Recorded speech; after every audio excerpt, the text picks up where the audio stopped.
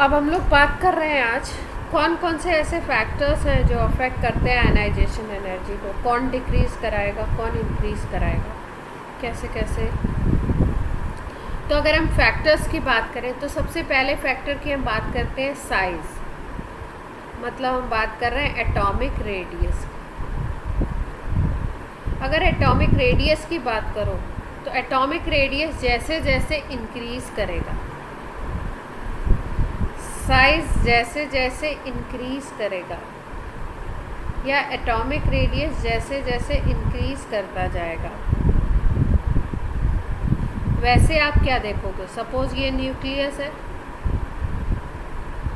और ये है रेडियस, तो यहाँ पे इस इलेक्ट्रॉन को निकालना है आपको, आउटर वाले को। अब कोई केस ऐसा है जिसमें एटॉमिक रेडियस बड़ा हो गया, इतना बड़ा हो गया एटॉमिक रेडियस, तो अब इलेक्ट्रॉन डिस्टेंस पे चला जाएगा। फोर्स ऑफ अट्रैक्शन कम होने के चांसेस हैं। अगर दोनों केसेस को कंपेयर करें तो फोर्स ऑफ अट्रैक्शन रेडियस के पॉइंट ऑफ व्यू से अगर आप देखो तो इलेक्ट्रॉन डिस्टेंस पे हो गया, तो फोर्स ऑफ अट्रैक्शन क्या करेगा, डिक्रीज़ हो जाएगा। और फोर्स ऑफ अट्रैक्शन अगर डिक्रीज़ करेगा, लेस फोर्स से अट्रैक्टेड है ये इलेक्ट्रॉन, तो आपको एनर्जी कम देनी पड़ेगी।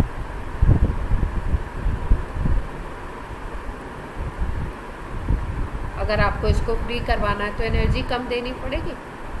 तो इसका मतलब अगर आप साइज़ इंक्रीज़ करते हो या रेडियस इंक्रीज़ करते हो तो होता क्या है, आयनाइजेशन एनर्जी डिक्रीज़ करती है। मतलब दोनों एक दूसरे के क्या हैं, इन्वर्सली प्रोपोर्शनल।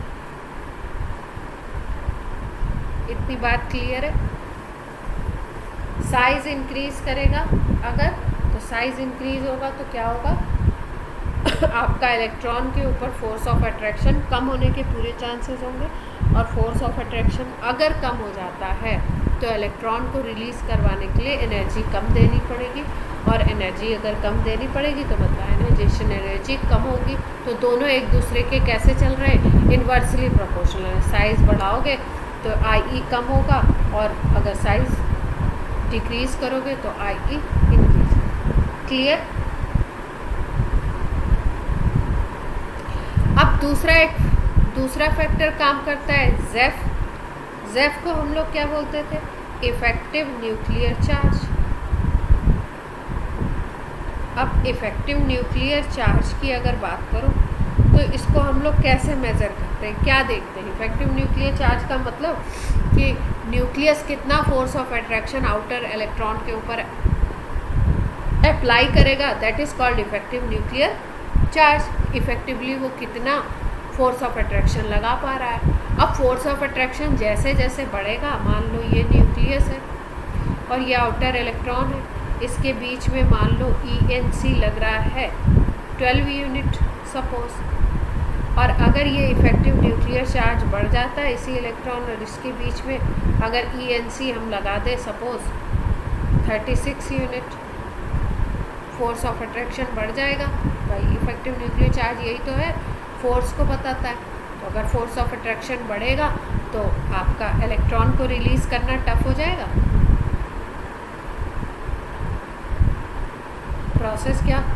प्रोसेस टफ हो जाएगा। और जैसे ही कोई प्रोसेस टफ होता है केमिस्ट्री में, टफ का मतलब एनर्जी ज़्यादा, आपको एफर्ट ज़्यादा लगाना पड़ेगा। एनर्जी मोर का मतलब क्या हो गया, आयनाइजेशन एनर्जी ज़्यादा। भाई इलेक्ट्रॉन को अब रिलीज़ कराना है तो न्यूक्लियस क्योंकि ज़्यादा फोर्स से अट्रैक्ट कर रहा है, तो अब इलेक्ट्रॉन को रिलीज़ कराने के लिए आपको ज़्यादा एनर्जी लगानी पड़ेगी, ज़्यादा एफर्ट लगाना पड़ेगा। इसका मतलब अगर इफ़ेक्टिव न्यूक्लियर चार्ज ज़्यादा तो आयनाइजेशन एनर्जी भी ज़्यादा, इफ़ेक्टिव न्यूक्लियर चार्ज कम तो आयनाइजेशन एनर्जी भी कम। तो अगर हम देखें तो साइज़ और IE एक दूसरे के इन्वर्सली प्रोपोर्शनल थे, लेकिन अगर हम ज़ेफ की बात करें तो ज़ेफ और IE एक दूसरे के क्या हैं, डायरेक्टली प्रोपोर्शनल। क्लियर। एक्सेप्शन हर जगह मिल सकता है, ये एक जनरल। उसके बाद अगर हम बात करें, लास्ट टर्न पे भी बात की थी हमने इलेक्ट्रॉनिक कॉन्फ़िगरेशन की। अगर हमको कहीं स्टेबल कॉन्फ़िगरेशन दिखता है, तो स्टेबल कॉन्फ़िगरेशन क्या होता है? स्टेबल का मतलब है कि अब उसकी एनर्जी लो हो गई है, वो स्टेबिलिटी की तरफ है, स्टेबल है। तो कहीं भी अगर स्टेबल सिस्टम है और दूसरा अनस्टेबल सिस्टम है, तो स्टेबल सिस्टम में सिमेट्री ज़्यादा होती है, इसलिए उसकी आयनाइजेशन एनर्जी भी ज़्यादा होगी। जैसे कि हमने बात करी थी, अगर हम बात करें कि कहीं पे हमें सिस्टम दिखाई देता है कुछ इस तरीके का,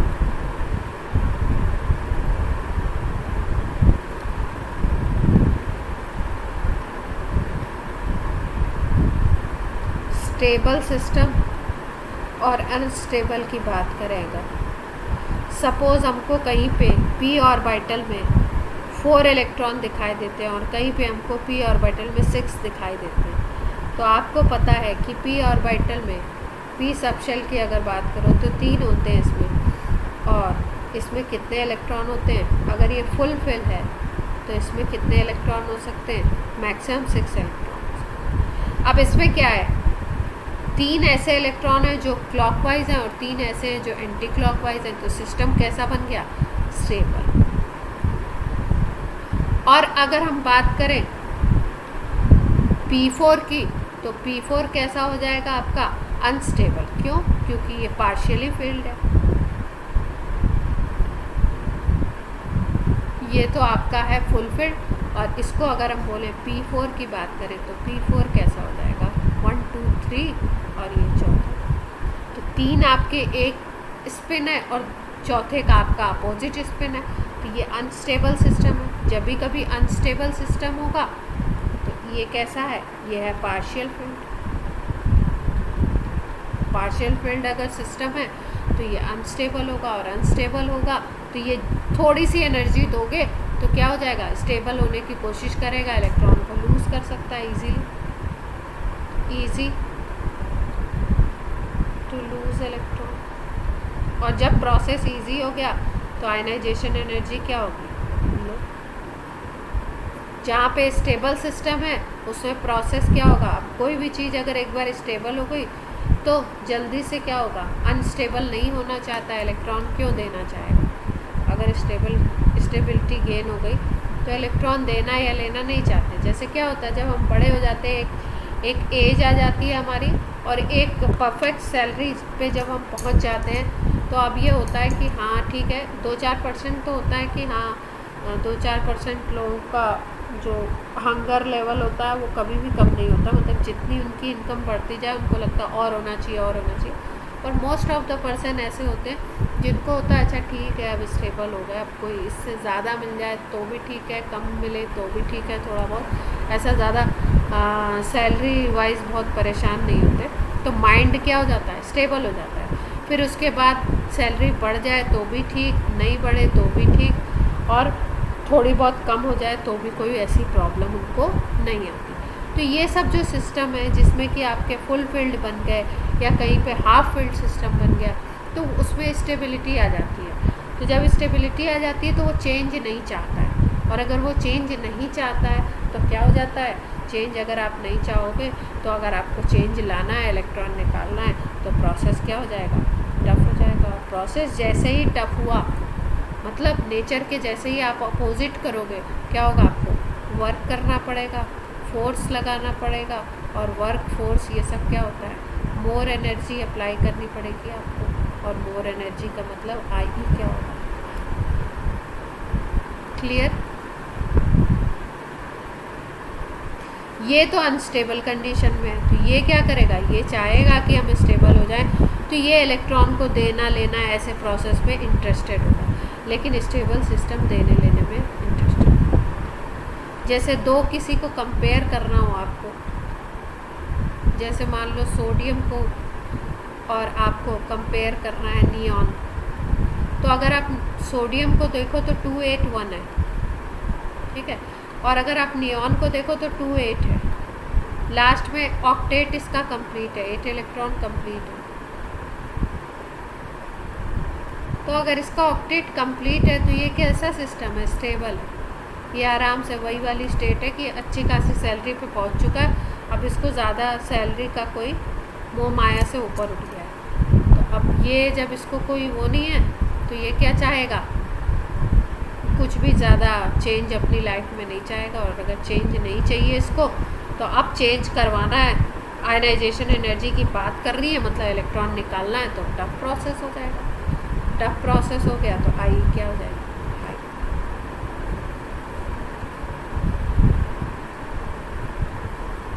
क्लियर। और यही आईई से हम लोग बात कर सकते हैं रिएक्टिविटी की भी। अगर रिएक्टिविटी की बात करो, इन दोनों की रिएक्टिविटी की, तो कौन ज़्यादा रिएक्टिव होगा, मतलब कौन किसी और एलिमेंट से ज़्यादा रिएक्ट करेगा। तो अगर रिएक्टिविटी की बात करते हैं हम, तो जिसकी आयनाइजेशन एनर्जी हाई होगी वो क्या होगा, लेस रिएक्टिव होगा क्या, क्योंकि उसको जैसे ये है इनर्ट गैस है, अब ये नोबल कॉन्फ़िगरेशन पे पहुंच गया है, इसके पास स्टेबल सिस्टम है, तो इसको रिएक्ट करने की किसी से ज़रूरत नहीं है। क्यों, क्योंकि इसका ऑक्टेट पूरा है। कोई भी एलिमेंट किसी से रिएक्ट करता है, कोई भी एटम किसी से रिएक्ट करता है अपने आउटर शेल में 8 इलेक्ट्रॉन कंप्लीट करने के लिए, ठीक है। तो अगर 8 इलेक्ट्रॉन ऑलरेडी उसके कंप्लीट है तो उसको नहीं चाहिए किसी से रिएक्ट करना, तो उसको जब वो चीज़ चाहिए नहीं तो क्या होगा, उसकी रिएक्टिविटी अपने आप लो होगी, कोई एक्सट्रीम कंडीशन आएगी जो रिएक्ट करेगी। जैसे जीनॉन कंपाउंड्स बनाता है बहुत सारे, लेकिन बाकी एलिमेंट बहुत सारे कंपाउंड नहीं बनाते इनर्ट गैस। तो आयनाइजेशन एनर्जी जिसकी भी हाई होगी, जिसके लिए भी इलेक्ट्रॉन को निकलवाना टफ होगा, उसकी रिएक्टिविटी क्या होगी, लो होगी, वो अनरिएक्टिव ऐसे पड़ा रहेगा। लेकिन अगर इसके कंपैरिजन में, जैसे यहाँ पे नियॉन की बात करते और अगर हम सोडियम की बात करें, तो सोडियम क्या है, सोडियम में 281 होता है, तो सोडियम चाहता है ये वाला इलेक्ट्रॉन फटाफट से निकल जाए उसके यहाँ से और Na+ बन जाए, और Na+ में 28 हो जाएगा तो ऑक्टेट कंप्लीट हो जाएगा। तो ये चाहता है कि ऑक्टेट कंप्लीट हो जाए, इसलिए इसकी थोड़ी सी आप एनर्जी देते हो तो ये क्या कन्वर्ट हो जाता है, और इसीलिए इसकी रिएक्टिविटी क्या होगी, हाई। बात समझ आई, मतलब आयनाइजेशन एनर्जी अगर हाई है तो रिएक्टिविटी लो है, और अगर आयनाइजेशन एनर्जी लो है तो रिएक्टिविटी क्या है, हाई।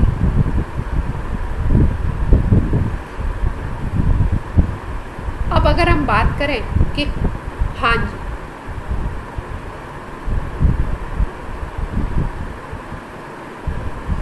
पोटेश, उस पर एक्सेप्शंस है कुछ, ठीक है। पोटेशियम और सोडियम को जब कंपेयर हम करते हैं तो उसमें एक्सेप्शन, अभी बात करते हैं एक साथ एक्सेप्शन। अब देखो, अगर हम लोग SPDF इन ऑर्बिटल्स की बात करें तो कौन से ऐसे होते हैं जिसमें कि आपका आयनाइजेशन एनर्जी हाई होगा और किस में आयनाइजेशन एनर्जी ज़्यादा होगा। तो इसमें एक इफ़ेक्ट काम करता है जिसको हम लोग बोलते हैं पेनिट्रेशन इफ़ेक्ट,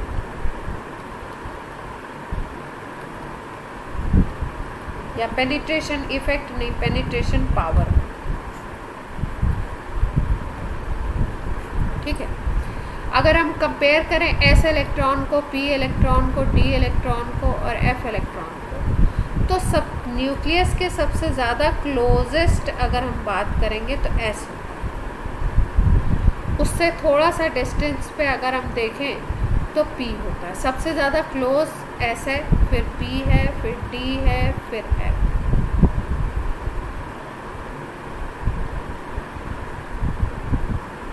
क्लोजनेस की अगर बात करें तो S सबसे ज़्यादा क्लोज होता है न्यूक्लियस।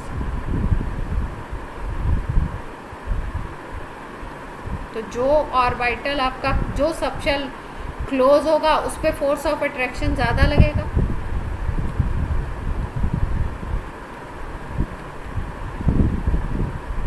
और जो सबसे ज़्यादा डिस्टेंस पे होगा उस पर फोर्स ऑफ अट्रैक्शन सबसे कम लगेगा।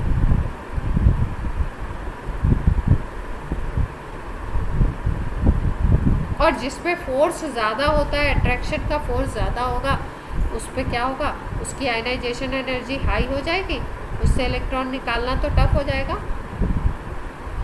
और जिस पे फोर्स ऑफ अट्रैक्शन लोएस्ट है, उससे उसकी आयनाइजेशन एनर्जी, उसको थोड़ी सी एनर्जी दोगे तो वो इलेक्ट्रॉन निकाल देगा, तो आई क्या होगा, लो। अब ऐसा कंपैरिजन हम लोग कैसे कर सकते हैं? मान लो हम लोग देखते हैं कि कहीं पे आपको ऐसा दिख रहा है कि 4s है, 4p है, 4d है और 4 है, ठीक है, इनका कंपैरिजन करना है। जैसे सपोज 4s इलेक्ट्रॉन और 4d इलेक्ट्रॉन को करना है, तो हम ऑब्वियस सी बात है, हम देखेंगे कि s का पेनिट्रेशन पावर ज़्यादा है, मतलब s न्यूक्लियस के ज़्यादा पास है। तो अगर s न्यूक्लियस के ज़्यादा पास है तो फोर्स ऑफ अट्रैक्शन ज़्यादा है, और फोर्स ऑफ अट्रैक्शन अगर ज़्यादा है तो आई भी क्या होगी, ज़्यादा होगी, एनर्जी ज़्यादा देनी पड़ेगी। तो अगर कोई इलेक्ट्रॉन 4s का और कोई इलेक्ट्रॉन 4d का है, तो दोनों को अगर कंपेयर किया जाए तो 4s इलेक्ट्रॉन को निकालने में आयनाइजेशन एनर्जी ज़्यादा लगेगी, 4d में। क्लियर? तो इसका मतलब पेनिट्रेशन पावर की अगर बात करें तो पेनिट्रेशन पावर जिसकी ज़्यादा, उसका आयनाइजेशन एनर्जी, जिस सब शेल के इलेक्ट्रॉन की पेनिट्रेशन पावर ज़्यादा है उसकी आई भी क्या होगी, ज़्यादा।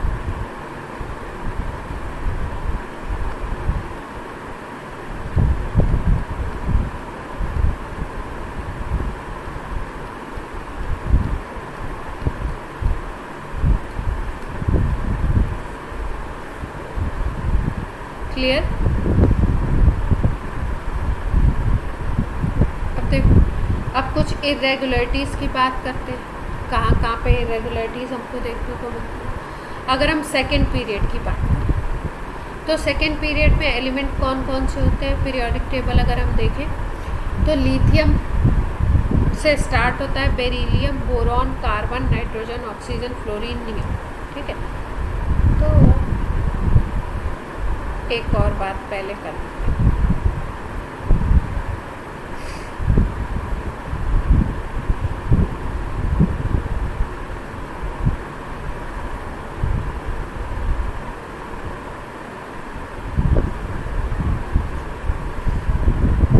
आई आयनाइजेशन एनर्जी की अगर बात करें और हम लोग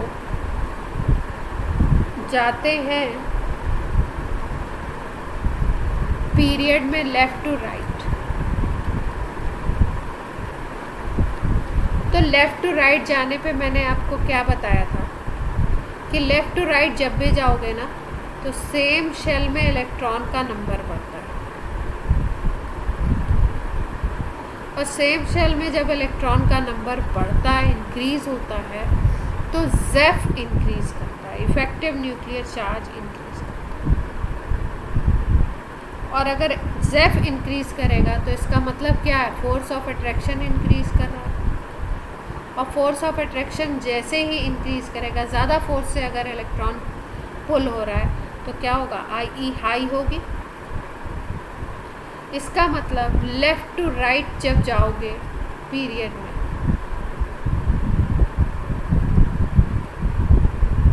तो क्या होना चाहिए? आयनाइजेशन एनर्जी इंक्रीज होनी चाहिए लेफ़्ट टू राइट, यानी कि लेफ़्ट वालों की कम होगी और राइट वालों की ज़्यादा। ये पॉइंट क्लियर है सबको?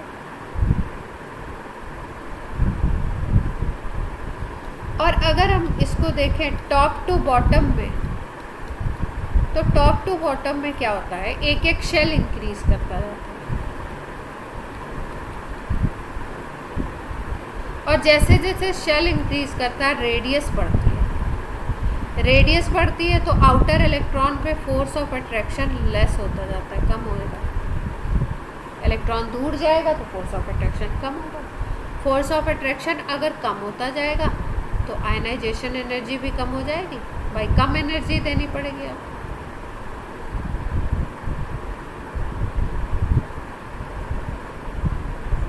तो इसका मतलब लेफ़्ट टू राइट जाओगे तो आई इंक्रीज करेगा, और टॉप टू बॉटम आओगे तो आई डिक्रीज करेगा। इतनी बात क्लियर है? अब बात करते हैं इर्रेगुलरिटी की, एक्सेप्शन की। कहाँ पे एक्सेप्शन देखा जाता है? सेकेंड पीरियड की अगर हम बात करें तो लेफ़्ट टू राइट जब जाओ तो आई इंक्रीज़ करना चाहिए, लेकिन कहीं कहीं पे ये डिक्रीज़ करता है। अब उसका क्या रीज़न है वो सेकेंड पीरियड की बात करो तो लिथियम से स्टार्ट होता है, beryllium, boron, carbon, nitrogen, oxygen, fluorine and neon. ठीक, अब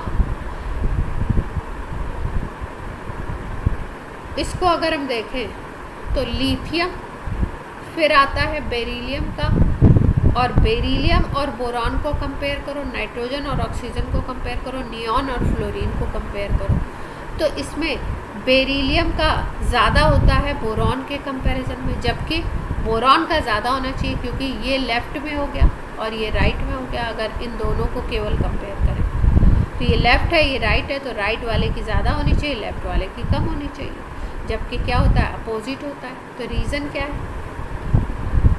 अगर बेरिलियम और बोरॉन का कॉन्फ़िगरेशन देखो तो ये होता है 1s2 2s2, और बोरॉन होता है 1s2 2s2 2p1। भाई इसका एटॉमिक नंबर 4 है, इसका एटॉमिक नंबर 5 है, तो लेफ़्ट टू राइट में इसका ज़्यादा होना चाहिए आई, इसका कम होना चाहिए, लेकिन होता क्या है? इसका आई ज़्यादा, इसका कम। तो क्यों होता है ऐसा? अगर हम देखें तो बेरिलियम का सिस्टम स्टेबल सा दिख रहा है। कैसे स्टेबल दिख रहा है?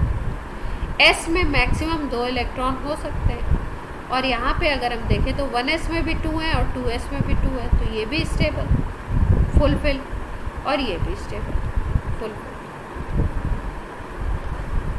और अगर यहाँ पे देखें तो ये तो स्टेबल है, ये भी स्टेबल है, लेकिन P में स्टेबिलिटी तब आती है या तो फुल फिल्ड हो या हाफ फिल्ड हो। P में हाफ फिल्ड होता है P3 और फुल फिल्ड होता है P6, तो ये कैसा है? Partial field. और कोई भी ऑर्बिटल पार्शियल फिल्ड होगा तो वो फुल फिल्ड के कंपैरिजन में क्या होगा? अनस्टेबल। और अगर अनस्टेबल सिस्टम है तो आई अपने आप तुरंत लो हो जाएगी। इसकी ये स्टेबल होने की वजह से इसमें आयनाइजेशन एनर्जी ज़्यादा लगती है, और ये अनस्टेबल होने की वजह से इसमें आयनाइजेशन एनर्जी कम लगती है। रीज़न समझ आया? ऐसे ही अगर हम देखें नाइट्रोजन और ऑक्सीजन को, तो ऑक्सीजन क्योंकि राइट में है तो इसका ज़्यादा होना चाहिए, नाइट्रोजन का कम होना चाहिए, लेकिन यहाँ पे भी अगर हम देखें तो कॉन्फ़िगरेशन की बेसिस पे नाइट्रोजन का ज़्यादा हो जाता है, ऑक्सीजन का कम। क्यों? नाइट्रोजन का एटॉमिक नंबर है 7, ऑक्सीजन का है 8। अगर कॉन्फ़िगरेशन लिखो 1s2 2s2 2p3, इसका कॉन्फ़िगरेशन लिखो तो 1s2 2s2 2p4। तो यहाँ पे अगर देखो ये फुल, S में तो आपके इतने ही होने चाहिए। 2s की बात करो तो ये भी फुल, अगर 2p की बात करो तो ये आपको दिख रहा है हाफ। P में 3 अगर है तो हाफ, और यहाँ पे देखो तो ये फुल, ये भी फुल, लेकिन यहाँ पे P में देखो तो कितने हैं? 4 है। जैसे ही 4 हो गए इलेक्ट्रॉन, वैसे क्या होगा? अनस्टेबिलिटी आ गई। और ये सिस्टम कैसा था? स्टेबल।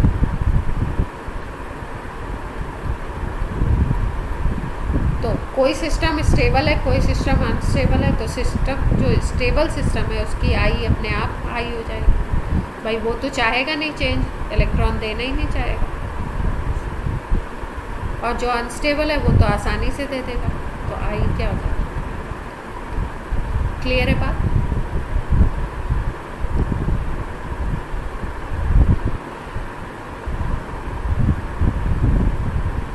ऐसा ही रीज़न होता है फ्लोरीन और नियॉन में भी। फ्लोरीन को अगर देखो तो फ्लोरीन का सिस्टम होता है 1s2 2s2 2p5, और नियॉन को अगर देखो तो कंप्लीट फील्ड होता है 2s2 2p6,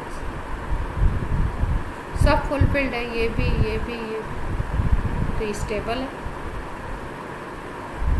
अब जो चीज़ स्टेबल है उसकी आई क्या होगी? हाई होगी। क्लियर?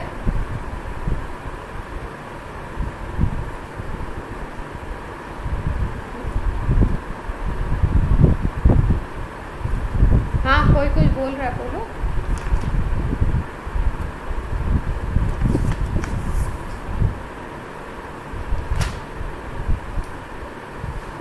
P2 P4 में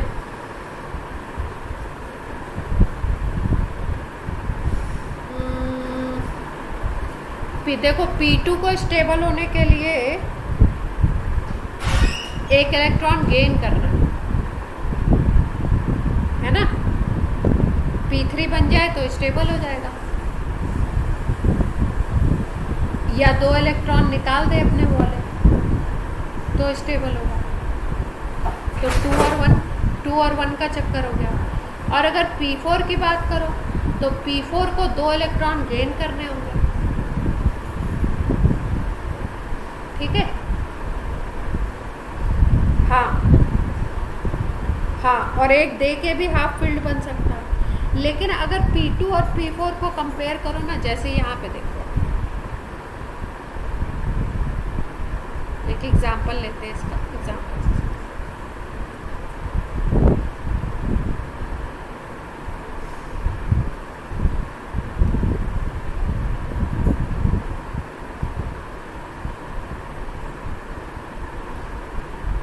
तुम्हारा थोड़ा आवाज़ कम करो उसका, सिस्टम का, मतलब आवाज़ बहुत तेज़ आ रही है और कुछ गड़बड़ है, तो थोड़ा सा स्लो करो उसको। हाँ, अभी ठीक है।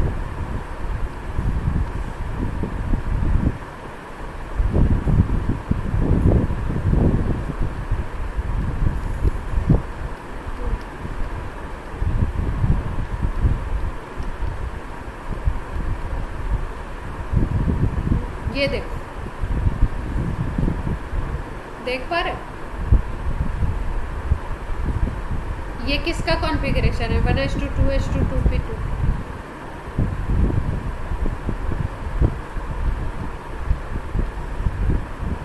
और दूसरा किसका? ऑक्सीजन का है, ठीक है। अब देख, ये कार्बन है, ये ऑक्सीजन है। अगर इनको देखो तो ये लेफ्ट में आते हैं और ये कहाँ आएंगे? राइट में आएंगे, ठीक है। तो अगर जो कोई चीज़ लेफ्ट वाली है और कोई चीज़ राइट वाली है, उसके कंपैरिजन को देखो। अब ये भी पार्शियल है और ये भी पार्शियल है ना। पार्शियल फील्ड है दोनों, ना कोई हाफ फील्ड है ना कोई फुल फील्ड है। अब पार्शियल पार्शियल को कंपेयर करना है, तो पार्शियल पार्शियल को अगर कंपेयर करना है तो नेचर देखना पड़ेगा।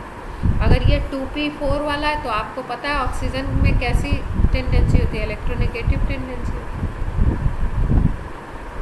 इलेक्ट्रोनेगेटिव टेंडेंसी का क्या मतलब है? ये इलेक्ट्रॉन गेन करना तो आसानी से चाहेगा, लेकिन लूज़ करना नहीं चाहेगा। लूज़ करना इसकी चॉइस नहीं है। और जो काम चॉइस नहीं है उसको करने के लिए क्या होगा? एनर्जी ज़्यादा देनी पड़ेगी। भाई मान लो तुम्हारे पिज़्ज़ा तुम्हें पसंद है, तो पिज़्ज़ा तुम्हारे सामने रखा गया तो तुम क्या करोगे? सोचोगे लाओ फटाफट खा लेते हैं, है ना। और कोई ऐसी वेजिटेबल रख दी गई जो पसंद नहीं है तो आप सोचोगे क्या खाएं नहीं खाएं, क्या करें। बहुत अगर मजबूरी होगी तो खाओगे, नहीं तो ऑप्शन नहीं है तो खाओगे, ऑप्शन होगा तो दूसरे ऑप्शन पे चले जाओगे। तो यहाँ पे भी वही है कि ऑक्सीजन क्या है? इलेक्ट्रोनेगेटिव है, इसमें इलेक्ट्रॉन गेन करने की टेंडेंसी होती है। तो इसके पास ऑप्शन है कि ये इलेक्ट्रॉन गेन करे या लूज़ करे।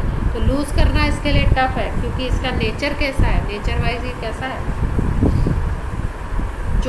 जो आपके नेचर के अकॉर्डिंग होता है वो आपके लिए इजी प्रोसेस होता है, और जो आपके नेचर के से अपोजिट होता है वो क्या होता है? डिफरेंट होता है, टफ होता है। तो जो भी प्रोसेस टफ होगा वहाँ पे IE हाई हो जाएगा, और जो भी प्रोसेस आपका इजी होगा वहाँ पे क्या होगा? एनर्जी के टर्म्स में बात करें तो एनर्जी लो। क्लियर?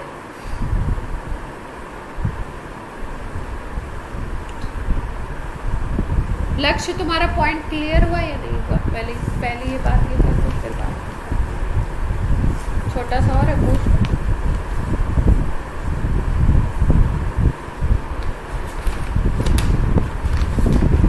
हाँ, यस।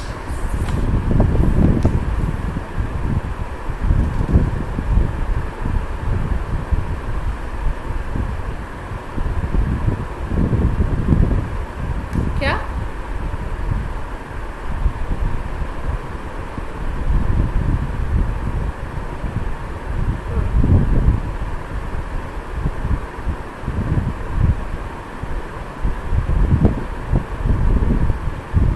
किससे पता चला?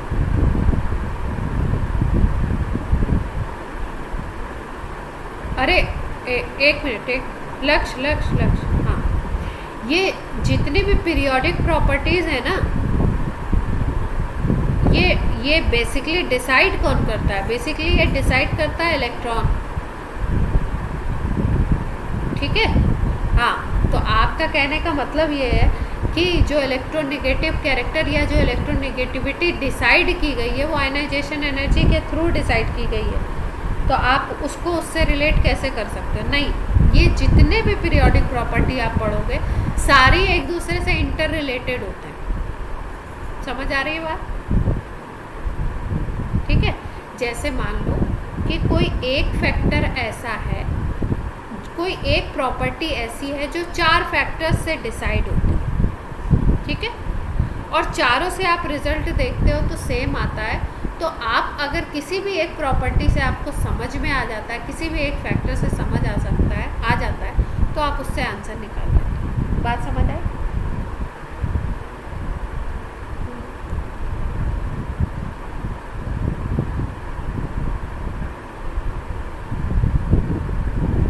हाँ, आ सकता है ना। लूज करने की क्यों नहीं होती है? हाँ,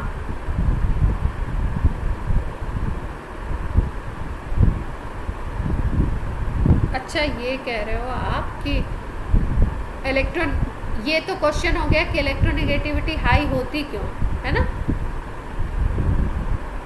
अच्छा, देखो, इसमें जो फैक्टर्स हैं, जेफ काम करेगा, फिर उसके बाद आपका एक आपको शील्डिंग इफेक्ट बताया था वो काम करेगा, पेनिट्रेशन, हाँ, पेनिट्रेशन इफेक्ट काम करेगा, ठीक है, और भी 2-4 फैक्टर हैं जो काम करते हैं। साइज भी काम करता है, साइज भी एक बड़ा फैक्टर है, रेडियस, ठीक है, उसके अकॉर्डिंग चीज़ें चलती हैं। ऐसा नहीं कोई एक फैक्टर है उसके अकॉर्डिंग चलती। ऑक्सीजन का अगर देखो तो साइज भी छोटा होता है। अब ये वही वाली बात है कि आपके घर में 4 रूम हैं और आप 4 रहने वाले हो, और उसमें 2 लोग आ गए तो आपने बोला चलो एडजस्ट कर लेते हैं, ठीक है, लेकिन आपके घर में 2 ही रूम हैं और आपके घर में पहले से 6 पर्सन यहाँ पे रहते हैं, 3-3 शेयर कर रहे हैं, और अब 2 आ गए तो मुसीबत हो जाएगी ना, क्योंकि पहले ही क्या है आपका, पहले ही आपको शेयरिंग में दिक्कत आ रही है, और अब 2 और आ रहे हैं, तो आप क्या उस गेस्ट को वेलकम करोगे क्या? अच्छे तरीके से नहीं करोगे, ठीक है, आपके पास स्पेस भी होना चाहिए।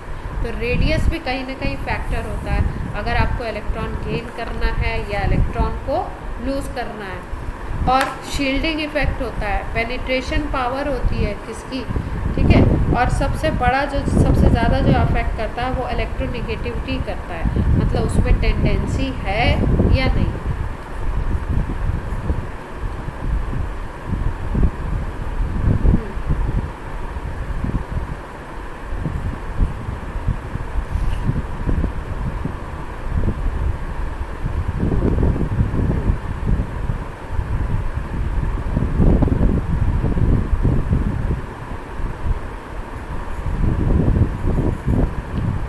अच्छा, इतने फैक्टर क्लियर हुए जो अभी तक बताए?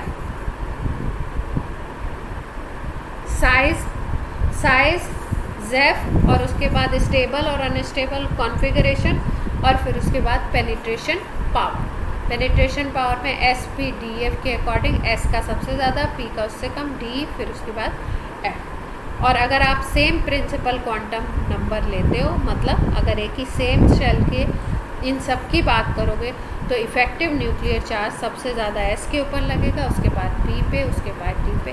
तो जिसके ऊपर फोर्स सबसे ज़्यादा लगेगा उसके लिए एनर्जी सबसे ज़्यादा, जिसके ऊपर फोर्स सबसे कम उसके लिए एनर्जी सबसे कम।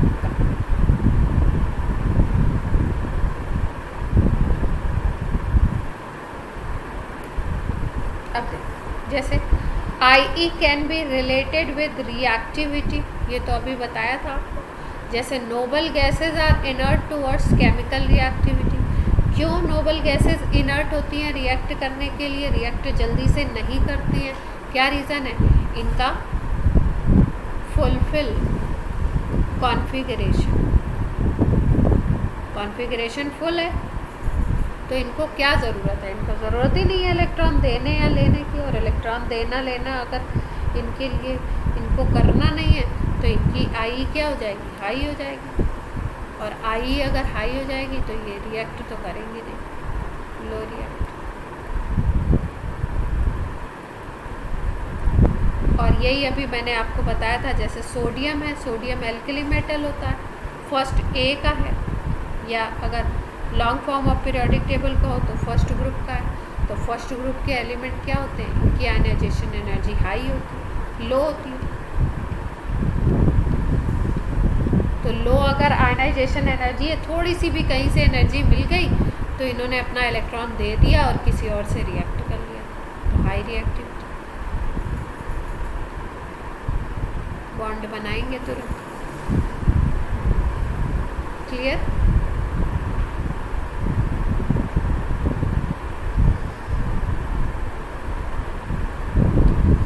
इसके बाद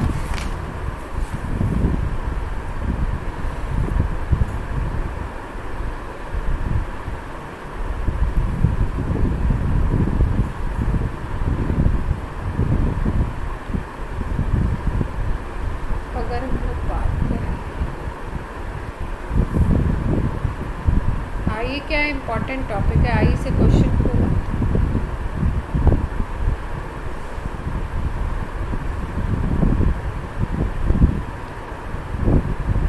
एक तो एग्जाम्पल है।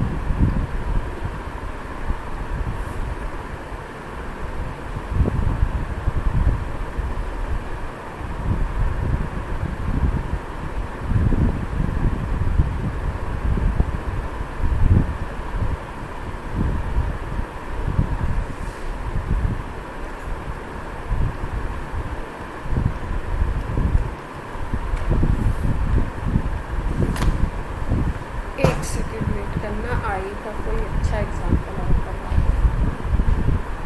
जो पूछे।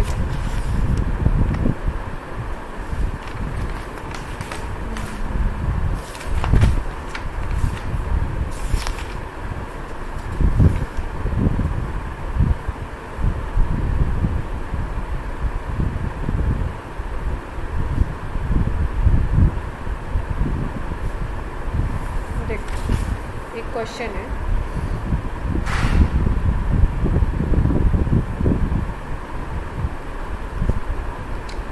एलिमेंट गिवन है कोई, उसके लिए IP1 ionization potential, IP1 7.1, IP2 दिया हुआ है 14.3, IP3 दिया हुआ है 34.5, IP4 है आपका 46.8 और IP5 है 162.2 इलेक्ट्रॉन। ठीक है, आपको एलिमेंट पहचानना है कि कौन सा एलिमेंट है। Options are given to you, Na, silicon, fluorine and calcium.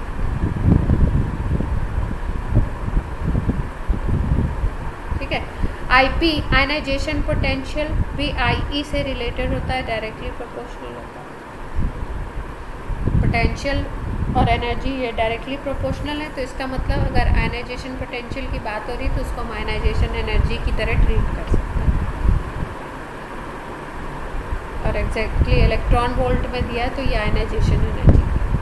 अब देखो किसी भी एलिमेंट के लिए पहले इलेक्ट्रॉन को निकालने के लिए 7.1 एनर्जी देनी पड़ रही है, दूसरे को निकालने के लिए उसकी जस्ट डबल 14.3 अप्रॉक्स डबल, फिर उसके बाद तीसरे इलेक्ट्रॉन को निकाल रहे हैं तो हम लोग क्या कर रहे हैं, उसके डबल से थोड़ी सी ज़्यादा,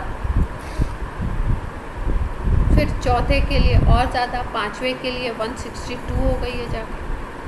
तो पूछ रहे हैं कि ये कौन सा एलिमेंट है, किस तरीके की पॉसिबिलिटी आपको। तो हमें क्या करना पड़ेगा, सबका लिखना पड़ेगा कॉन्फ़िगरेशन। एलिमेंट देखो कौन कौन से हैं, सोडियम, सोडियम का कॉन्फ़िगरेशन लिखो 1s2 2s2 2p6 3s। अब अगर इसके पहले इलेक्ट्रॉन को देखो, ये वाले को निकालना है आपको, तो क्योंकि ये क्या है, एल्कली मेटल है,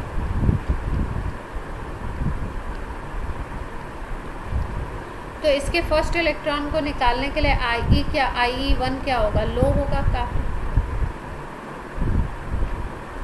लेकिन अगर इसके सेकेंड इलेक्ट्रॉन को निकालना है, IE2 की बात करें, तो IE2 हाई होगा। क्यों? क्योंकि अगर आपने एक इलेक्ट्रॉन निकाल दिया, ये वाले को निकाल दिया, तो अब क्या बचेगा कॉन्फ़िगरेशन, एक इलेक्ट्रॉन माइनस करने के बाद ये बचेगा। और इसमें आप देख पा रहे हो कि ये जो कॉन्फ़िगरेशन है ये किसका है, नियॉन का होता है, 10 इलेक्ट्रॉन। तो यानी कि ये नोबल गैस का कॉन्फ़िगरेशन बन जाएगा। और अगर नोबल गैस कॉन्फ़िगरेशन बन गया तो फर्स्ट और सेकंड की एनर्जी में क्या होगा, जब पहला इलेक्ट्रॉन निकाला तो जो भी एनर्जी का अमाउंट है, जब दूसरा इलेक्ट्रॉन निकालोगे, इससे आप दूसरा निकालना चाहते हो सेकंड, तो IE2 जो आपको देनी पड़ेगी वो बहुत ज़्यादा देनी पड़ेगी। क्यों? क्योंकि अब स्टेबल हो गया। इतनी बात क्लियर हो रही है सबको?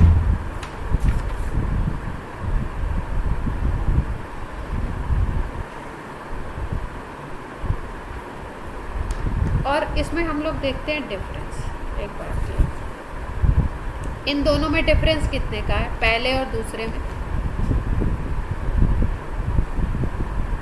एनर्जी का डिफरेंस 7.2 का है क्या? इसमें देखो दूसरे से तीसरे पे जब जा रहे हैं,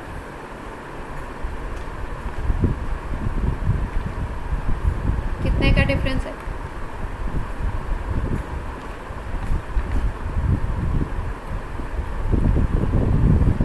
आंसर है हमारे पास फी।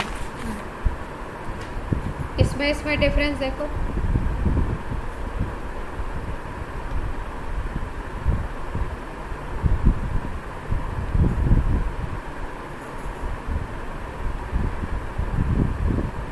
थर्टी 4.5 से 46.8 कितना हो गया, 0.3, और ये हो गया 2, और ये हो गया 12.3 दिख रहा है।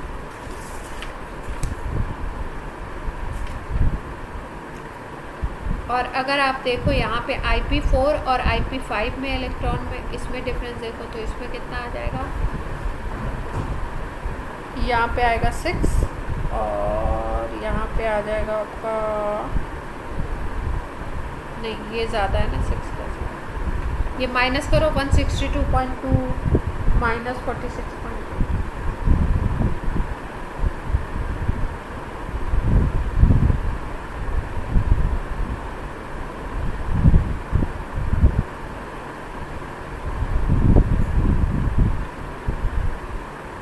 कितने आ रही है वैल्यू?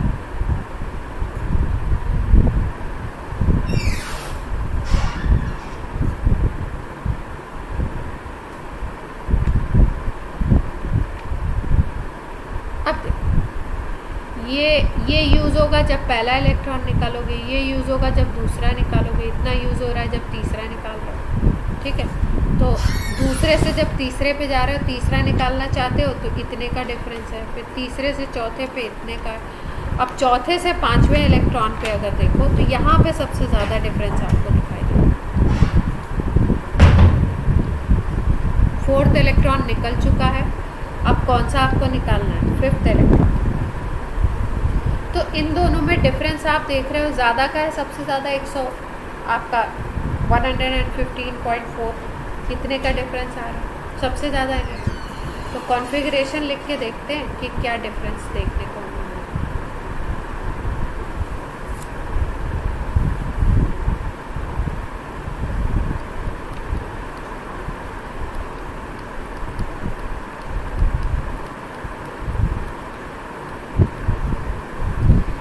इसका चौथा और पांचवा इलेक्ट्रॉन कौन सा होगा? देखो, पहला तो ये निकलेगा, और P6 की अगर बात करूँ तो P6 में ये हो गया फर्स्ट, ये सेकंड, ये थर्ड, ये फर्स्ट, सेकंड, थर्ड, फिर ये फोर्थ, फिफ्थ और ये सिक्स्थ हो गया। तो सबसे पहले ये निकला पहला, फिर ये इलेक्ट्रॉन होगा सेकंड जो निकलेगा, फिर ये इलेक्ट्रॉन थर्ड होगा, फिर ये होगा आपका फोर्थ, और फिर उसके बाद फिफ्थ कौन सा निकलेगा आपका? फिफ्थ निकल जाएगा ये। तो फिफ्थ इलेक्ट्रॉन ये है। सारे के सारे इलेक्ट्रॉन किससे निकल रहे हैं? P6 से निकल रहे हैं, 4 इलेक्ट्रॉन और 1 इलेक्ट्रॉन इससे। लेकिन चौथा और पांचवा इलेक्ट्रॉन अगर बोलो तो वो P6 से निकल रहा है, जिसमें एनर्जी का डिफरेंस सबसे ज़्यादा है। तो एक ही ऑर्बिटल से अगर इलेक्ट्रॉन निकल रहे हैं तो एनर्जी का डिफरेंस इतना नहीं है। फिर उसके बाद अगर हम बात करें सिलिकॉन की, तो सिलिकॉन का एटॉमिक नंबर होता है 14। तो ये होता है 1s2, 2s2, 2p6, 3s2, 3p4, यही होता है 3p2 नॉट 4। अब देखो यहाँ पर 2 इलेक्ट्रॉन ये निकल गए, 2 ये निकल गए, 4 इलेक्ट्रॉन तो यही निकल गए। अब पांचवा इलेक्ट्रॉन यहाँ से निकलेगा।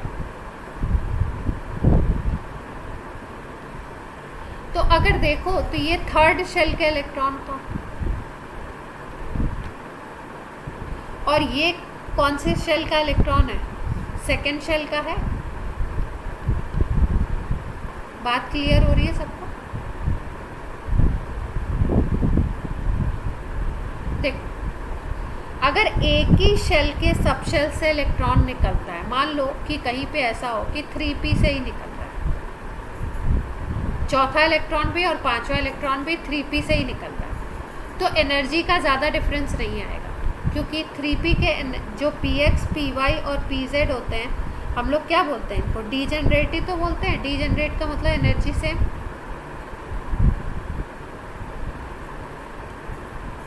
अब मान लो कहीं पे ऐसा हो जो 3s और 3p से निकल रहा हो, कहीं पे कोई इलेक्ट्रॉन चौथा इससे निकल रहा है और पांचवा इससे निकल रहा है, तो होगा क्या कि थोड़ा सा एनर्जी का डिफरेंस होगा, स्मॉल डिफरेंस आपको दिखेगा। लेकिन अगर कहीं पे आप कंपेयर कर रहे हो कि आप कंपेयर कर रहे हो 3s और 2p को, तो क्या होगा? तो यहाँ पे तो ये सेकंड शेल का इलेक्ट्रॉन है, ये थर्ड शेल का इलेक्ट्रॉन है। जब शेल चेंज होती है तो एनर्जी का डिफरेंस बड़ा आता है।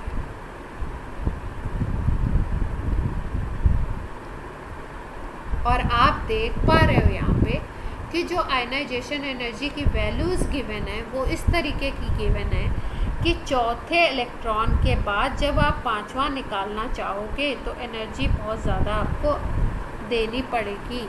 इतना अमाउंट एनर्जी का आपको देना पड़ रहा है, जो चौथे से बहुत ज़्यादा एनर्जी का अमाउंट है। तो इसका मतलब फोर्थ और फिफ्थ जो इलेक्ट्रॉन हैं वो अलग अलग शेल्स के हैं, और ऐसा कॉन्फ़िगरेशन हमको सिलिकॉन में दिख रहा है। बाकी को भी चेक करेंगे। सिलिकॉन का पहला, दूसरा यहाँ से, तीसरा, चौथा यहाँ से, तो पहले, दूसरे, तीसरे, चौथे इलेक्ट्रॉन ये सारे थर्ड शेल से निकल रहे। लेकिन जैसे ही पांचवा इलेक्ट्रॉन निकलना है वो सेकंड शेल में आ गए हम, तो एनर्जी का डिफरेंस क्या होगा इनके बीच में? बहुत ज़्यादा, इसलिए आपको ज़्यादा एनर्जी देगी। अब आगे के कॉन्फ़िगरेशन अगर देखो, फ्लोरीन है और एक है आपका कैल्शियम। फ्लोरीन की अगर बात करो तो फ्लोरीन है 1s2 2s2 2p5। इसके अगर 5 के 5 इलेक्ट्रॉन देखो तो p5 में होंगे, यस और नो। और इसके 5 के 5 इलेक्ट्रॉन अगर इसमें 2p में हैं तो इनमें एनर्जी का डिफरेंस ज़्यादा होगा क्या? क्योंकि एक ही सब शेल से आपको 5 इलेक्ट्रॉन निकालने हैं, तो क्या होगा, एनर्जी आपको लगभग सेम अमाउंट में देनी पड़ेगी। तो क्या होगा, इसमें एनर्जी का डिफरेंस आपको ज़्यादा। ऐसे ही अगर कैल्शियम को देखो तो कैल्शियम का होता है 1s2 2s2 2p6 3s2 3p6 4s2 3d 0 ही होता है, डी में होता है। पहला दूसरा इससे निकल जाएगा, फर्स्ट एंड सेकेंड है ना, एनर्जी का ज़्यादा डिफरेंस होगा। अब बात करते हैं थर्ड, फोर्थ और फिफ्थ की। तो फोर्थ और फिफ्थ सेम से निकल रहा है, तो एनर्जी का ज़्यादा डिफरेंस आना नहीं चाहिए। जबकि अपने पास जो ऑप्शन है वो क्या है, उसमें एनर्जी का डिफरेंस ज़्यादा है फोर्थ और फिफ्थ के बीच में। तो कुल मिला के अगर देखें तो सिलिकॉन ऑप्शन। क्लियर है बात? क्वेश्चन को हमने हैंडल कैसे किया, आयनाइजेशन पोटेंशियल का डिफरेंस कहाँ पे ज़्यादा दिख रहा है उसके अकॉर्डिंग देखा, और फिर कॉन्फ़िगरेशन लिखा, और कॉन्फ़िगरेशन में देखा कि किस में शेल चेंज हो रही है। ज़्यादा डिफरेंस है मतलब शेल चेंज हो रहा है। तो फोर्थ इलेक्ट्रॉन के बाद जब 5वां निकालो तो शेल चेंज हो रहा है, किस में, सिलिकॉन। इसलिए ये ऑप्शन। क्लियर?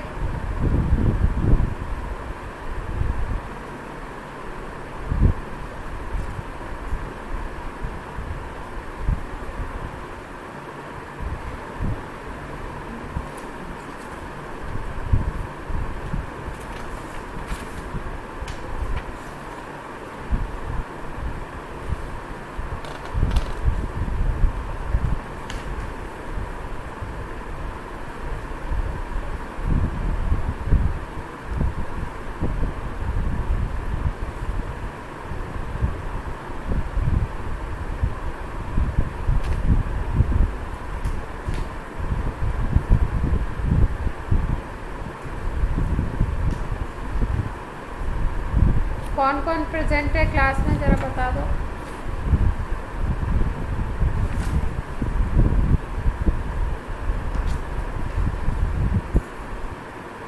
कोमल है और जोशी है और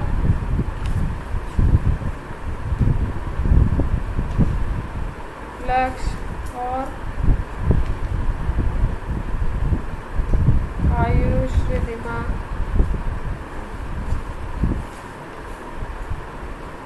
कुछ बच्चे आधी क्लास में ही गायब हो जाते हैं, पता नहीं क्या होता है, मतलब कुछ ना कुछ तो चलता है।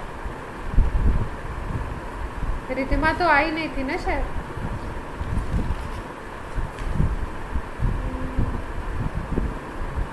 बाकी जो थे वो हैं।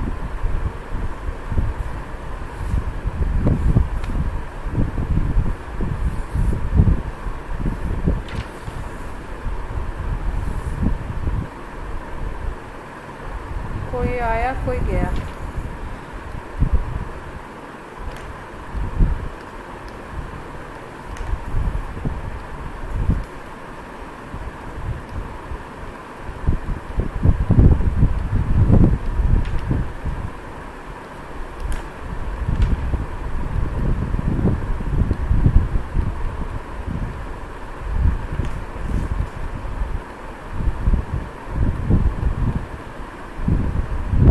क्वेश्चन में पूछा गया कौन सा ऐसा वो है जिसमें आपका मैक्सिमम एनर्जी एब्जॉर्ब होगी।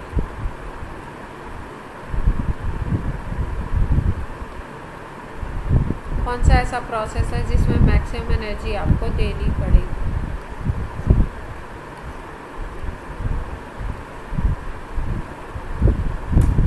ये देखो, ये माइनस चार्ज है, माइनस से न्यूट्रल बन रहा है।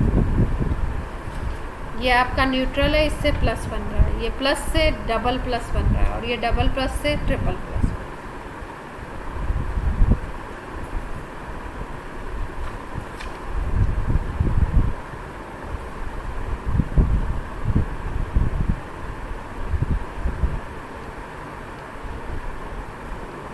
सोचिए और बताइए।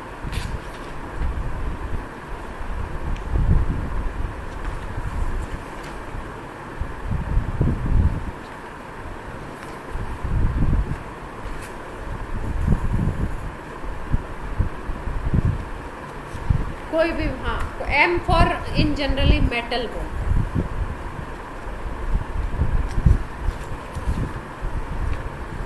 हैं, एम जो डिनोट करते हैं ना, हाँ,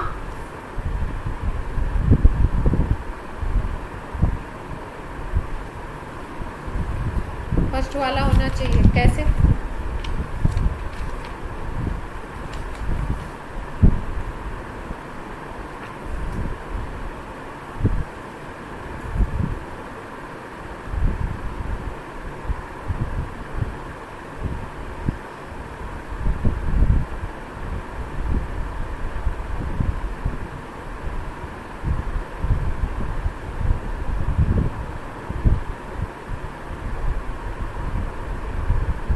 और कोई?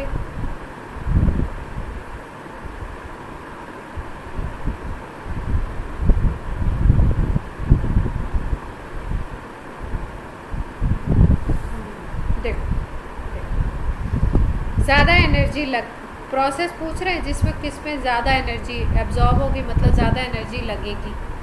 तो देखो, ये जैसे माइनस चार्ज है ना, और इसको हमको न्यूट्रल बनाना है, तो कोई भी माइनस चार्ज है और उसको न्यूट्रल बनाना है, तो इसका मतलब क्या है कि इसमें कोई, आप इससे इलेक्ट्रॉन, ये जो माइनस चार्ज है ये इलेक्ट्रॉन को शो कर रहा है, इससे आपको इलेक्ट्रॉन को निकालना है। आप ये इलेक्ट्रॉन बाहर कर दो तो ये न्यूट्रल में कन्वर्ट हो जाएगा। ठीक है, तो माइनस ये इसके ऊपर इसने किसी से गेन किया हुआ है, एक इलेक्ट्रॉन निकालना है तो इजी हो सकता है। और एम फॉर मेटल होता है वैसे भी, तो मेटल के ऊपर अगर कोई इलेक्ट्रॉन है तो ये निकाल दिया हमने, इजी हो सकता है। सबके कंपैरेटिव देखो, इस गैसियस एटम को अगर देखो, न्यूट्रल एटम है, इससे एक इलेक्ट्रॉन निकालना है, पॉजिटिव चार्ज बनाना है, तो इट में भी इजी। अगर मेटल है तो मेटल में टेंडेंसी होती है इलेक्ट्रॉन को निकालने की, तो एक इलेक्ट्रॉन तो आसानी से निकाल दो। थर्ड प्रोसेस को देखो, ये प्लस वाला है चार्ज वाला और +2 बनाना है इससे, तो ये थोड़ा सा टफ होगा भाई, प्लस चार्ज है ऑलरेडी और इससे +2 बनाना है तो थोड़ा टफ हो जाएगा।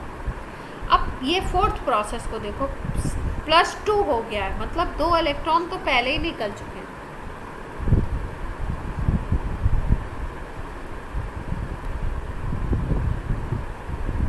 दो इलेक्ट्रॉन अगर पहले से निकल चुके हैं तो तीसरा इलेक्ट्रॉन निकालना है, तो क्या हो जाएगा प्रोसेस? टफ हो जाएगा। पहले से इतना डबल पॉजिटिव चार्ज है +2, अब उससे आप इलेक्ट्रॉन निकालना चाहते हो, तो ये प्रोसेस अपने आप में टफ है। इन सब प्रोसेस को अगर कंपेयर करो तो सबसे ज़्यादा टफ प्रोसेस है, तो इसमें एनर्जी ज़्यादा लगेगी, क्योंकि वैसे भी आपको पता है IE3 ज़्यादा होती है IE2 और IE1 से। क्लियर?